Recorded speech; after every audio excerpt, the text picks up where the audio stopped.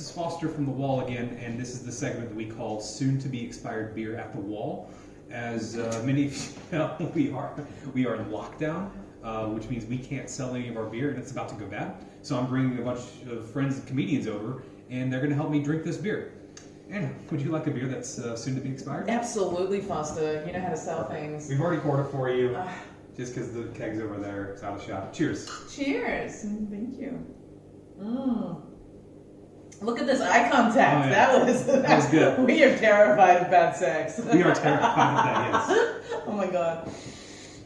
How have you been? What have you been up to? It's been a while. This is tasty, almost expired beer. It does. It tastes. You can taste the crispness of the fact that it's about to go bad, but it's not there yet. It's not there yet. It's just yet. threatening it. It's just skating on the edge. It's about to be there. It's about to be there. It is. What was the question?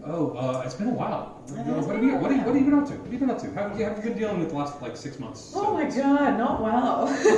No, not badly. I got deep on Clubhouse. Not that deep, just deep enough. Running like a morning show where comedians tell the news every morning, Monday to Friday. So from 9 to 9:30, Dragos and I, and sometimes Shahak. What's hilarious is we just had the sound check, and our outside sound is perfect. We passed that with flying colors, but you can hear the sound coming in. I don't know. Right? How does that work? It's crazy.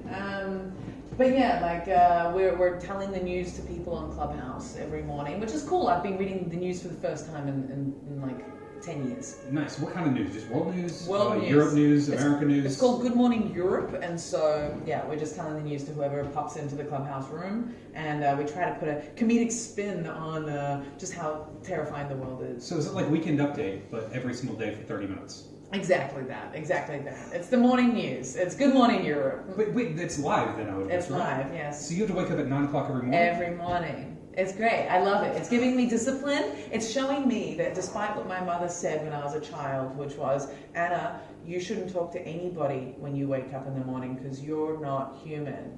You're just a monster. I was going to tell you that. It's given me confidence that not only can I be a nice person, that I'm myself, but that I can also get up and just be in show mode. That's true. And I manage because I moderate the room. So yeah, it's just getting up and going and being funny and being able to be switched on and manage a space. So that's been really cool. But also been doing some online shows, did lots of fundraisers for bars. Did you do that with Dragos as well? Yes. Nice. Yeah, did fundraisers for shows, which we managed to sell out every show and make over €300 for all the bars that we did that for, that wanted our help. And then on a personal level, I had a series of breakdowns and changed my job twice. Had my heart broken 1.5, 2 times, and moved house. Moved house as well. So So you've had a bad lockdown. It's been intense, but it's getting better. There was bad moments, but now it's climbing itself back up. Bad moments, but all really great solutions and good direction. So through all the pain, I'm actually more and more in a better position where I want to be. That makes sense. Yeah. Yeah, that makes sense. This a lot of is times where you I learn want from to that be. stuff as well. What was that? A lot of times you learn from that stuff as well. Exactly. All the pain, it was these people aren't actually supportive of me. Okay, and this job is not supportive of me. And now I've found the perfect comedy job. I'm now living with a comedian. And I'm still very happily single. I can tell. I haven't seen you in months, but I can tell when you're not telling 100% of the truth. We don't like to lie here at all. No. So single. What about you, Foster? I'm still single too. I'm really happy about that. It's great. Isn't it so much fun? It's so much fun being single. Oh my god, I've learned so much about myself. I also, at the start of the first lockdown, so start of 2020, I stopped removing my body hair. Okay. Yeah. So you went that. Okay, I did that for a bit, and then I started again. Yeah. But, I had a month. You had a month. Where I was just like, you know what? I'm just gonna let myself go. No one's talking to me. Who cares? I'm trying to meet people. It's how do you meet people now? You can't meet people at bars or shows or anything like that. Oof, it's tough. So okay, I have to look good in a picture, which I don't look good in a picture.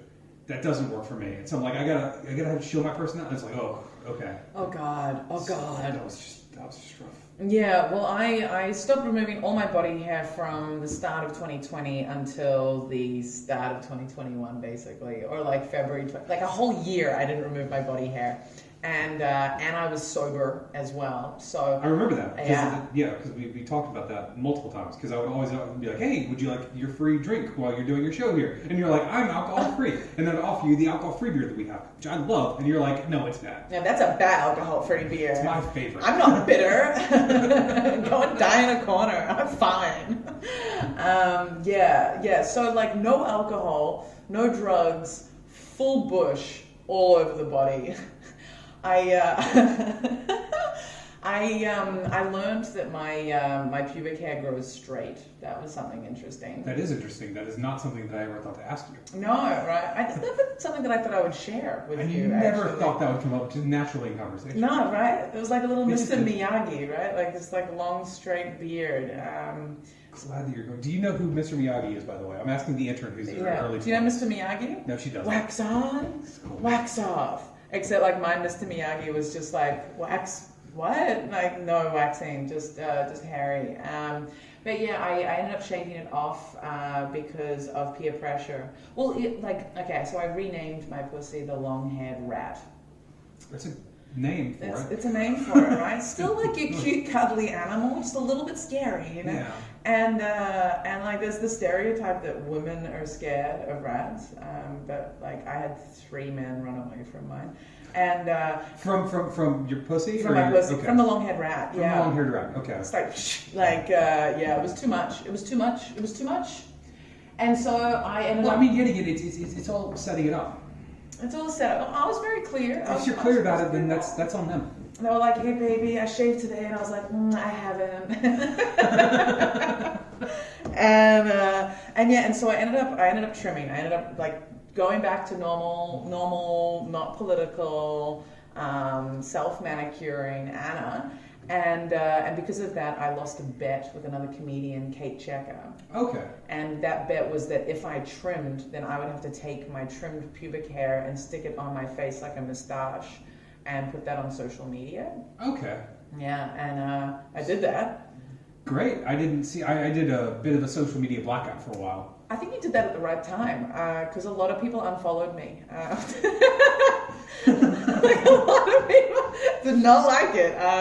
It was very confronting, and but you find out who's talk and who's not. Right, and sort of like I realized that it doesn't matter which lips they're on. Like nobody likes my pubes apparently. So that was one of my realizations in lockdown. I'm sure you'll find someone who likes your pubes anywhere. Aw, thank you, Foster. That's so sweet. I know that's just the kind of guy I am. But honestly, though, now I do like I'm enjoying it being manicured. It's like a beard, you know. It's like a beard. Like I keep it trimmed. You know, sometimes it grows out a little bit, and then I'm like, ooh, cut it back a bit. Yeah. But I'm very against like the naked pussy like that. It's just too much. It's too pedo for me. I think the pressure on that is too much. I think you do what you want to do, but if you shouldn't do it because someone else is like pressuring you to do it. Exactly. Going full bald, it's just like it's a lot of work. It's like just trimming up. I think is it's a courtesy for myself to anyone else who wants to sleep with me. It's it's kind of a exactly, and it's just so much easier to get inside without all that hair. It's crazy. Like it was really like a jungle. It was really like just to masturbate. I was like, oh, I gotta get in there first. Now it's just faster. Like That's what we talk about. This is our thing.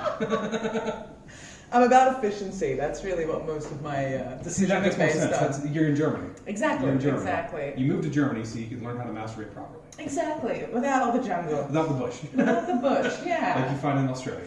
Exactly. The Australian bush is gone. No burning, but definitely trimming. Yes. So happily single. Happily single. Yeah, but I did start drinking again, and I discovered, it's so fast. It's just so fast to, like, alcohol puts men in your bed. Boom. I haven't had that. You haven't had men in your I bed? haven't had men in my bed or women in my bed when I'm like blackout drunk. It just doesn't really work. You don't just wake up and you're like, look what alcohol gave me. Look at this. In college, that happened a couple times, but it's been a while. It's been a while. Yeah, I guess we get older. We get less. I don't know. Our personality comes out more. I think. I don't know. I don't know either. Yeah. College is a magical place where everyone's the same age and everyone's horny and everyone's just like, there's bars everywhere that let the underage people in and we don't know what we're doing. And then you just wake up and you're just like, okay. I like how you talk about underage people. Like you're talking. I say 21 into 18. You're like, college was great underage people. I was 19. Yeah, okay, you were underage as well. Yeah. Yeah. Look, my golden era was definitely like everything before Corona. I was going crazy, but now it's like, Yeah, no. It's hard to meet people. It is. It's weird. It's hard to meet people now. I think that because things are supposed to open up again in a few weeks. I'll say a few weeks. It might just be a couple weeks. Yeah. And I think things are going to be pretty crazy. I think it's going to be the golden 20s are going to be here. It's going to be crazy. The Roaring 20s Part 2, the Golden 20s. Yeah, the golden 20s. Like let's trademark that. I think it's going to be really wild. Already, like the first night that all the bars, almost expired beer, all the bars were allowed to open up outside. That was the night that I got laid for the first time in fucking so long. Yeah, I know, right? Yeah. And I was having the best time, and it wasn't like, I want dick, but it just happened, you know? It's just natural. Everyone that's what's supposed to happen there. You're not supposed to force it. Exactly. That's what they tell me. Don't force it. Just consent. Yeah. So, look, I'm really excited about how Berlin is going to rebuild and all the new things, keeping that fresh, excited, creative energy alive, and what's about to come is very exciting. I'm looking forward to it. I'm looking forward to shows again. I'm looking forward to being on stage again. That's just one of those things that, I don't think you can get it. It's just a hard way you can't replace that. Just the live, audience there. No. Yeah, I did two weeks in Barcelona. So you got that. You got that feeling. I got 2 weeks. How big were the crowds there? Were they big? The biggest crowd we did was 80, and that was in a full theater. Okay. So usual capacity. Pardon? Social distancing was big? Or? Yeah. Social distancing, like proper 2 meters. I think it's 2 meters or 1.5 at least. Over here it was 1.5, and I hope that's still the case because that's the closest we can get to the stage. Yeah. Because I had to measure every single time for legal purposes. Yeah, no, absolutely. But this was a full theater, so I think the usual capacity would have been like 160 or 200, and we could only get 85 people in there, plus the comics upstairs. That was the biggest show, but then there were other rooms where I did 50 people, and then our shows, I think we had a residency at a little comedy club called the Comedy Clubhouse. Yeah. We had sold out rooms were like, I think 25, 30 people. That's so good. It was great. I mean, not having done anything in a while, we only seat 40 here now, and it feels like a full place when it's full. And before Corona, it was 90 to 100. Yeah, exactly. So, yeah, very, very cool to be able to get back up on stage and doing that first. I was terrified doing that first because it's the longest we haven't done stand-up for. Ever. And after the first lockdown, it had only been 3 months, and we'd been doing as many. 3 months was it? Yeah, it was 3 months, and that was just double. March to June, I think. March to June. Like late March. Yeah, that makes sense. I think it was March, first week of June, like now. Yeah, exactly. So it was 3 months. We got online a little bit, but like it's that whole after 6 months or 6.5 months, getting up on stage and having your body. You're not sitting on your chair in front of a computer screen, jiggling your leg or with your balls hanging out or whatever. Like your whole body is part of your performance, and your energy is completely they can taste and feel your energy. So it's this entirely different process, and it was so scary. And it took about there were a few good shows at the start. I was trying lots of new material because that's less scary.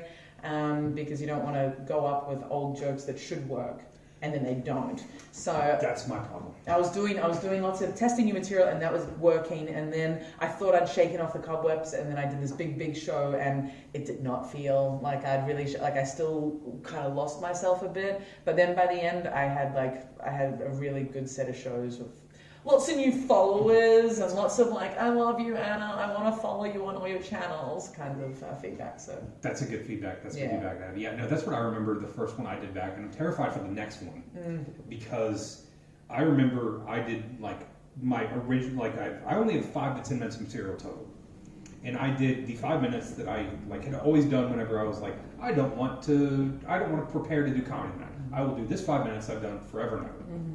And I got up there and I started one joke and I was like, I forgot like the setup for this because this is a callback. Yeah. And I forgot that, and that was like my first experience. And I was like, "This is going great, guys." Oh, dude, it's like I organized one set in my head, and then I was on stage, and I just started doing a different joke halfway through, and it was like, oh. It's like, okay, gotta run with it, and then it was like I wanted to go back and do another, and I just found myself not really, I didn't forget any jokes, but I did go in places that I didn't expect, and that's part of the fun too. To be fair, like once you've done it enough, like go in places where you didn't expect to go, and that's it. Yeah, sure. But it was out of fear. It wasn't out of a controlled awareness. It was out of like not feeling stable. But you know what? It's all just you gotta dust off the cobwebs, and it's just about doing it. And the more you just do it, then you're getting it back. So it's gonna be so good. It is. That's the weird thing about comedy is that the only place you can really practice comedy is on stage in front of a live audience. It's the only way you can do it. And that's weird. And it's the only way you can test a joke. It's the only way you can,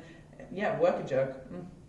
Yeah, and then you can do a joke. You can do a joke 4 times and it worked perfectly, and then the 5th time it doesn't work, and then the 6th time it doesn't work, and the 7th time it doesn't work, and then it's like, what happened those first 4 times? And it's such an energetic thing. I've had that happen too. I've had that happen where I was like, I thought there was something that was funny, and then this wasn't even like when I was just first starting out. This is after I'd done it for a while, and it was like, okay, this is good. I'll always use it. And then after a while, I don't know what it was, but then it just stopped being good. Yeah, it happens. It was just like, what happened? This used to be my go-to joke. Yeah. And now I don't do it anymore. Yeah. Totes. Cool. Well, we're running out of time. Let's cheers. Let's finish these Let's knock these back. Thank you, Foster. Thanks for coming on. Thanks for helping drink our soon-to-be expired beer. Such a pleasure. We're coming back to the wall, hopefully June 18th, but we'll let you know as soon as we find out anything. Yes. Cool. Cheers. Okay. Slam. That's a wrap. That's a wrap.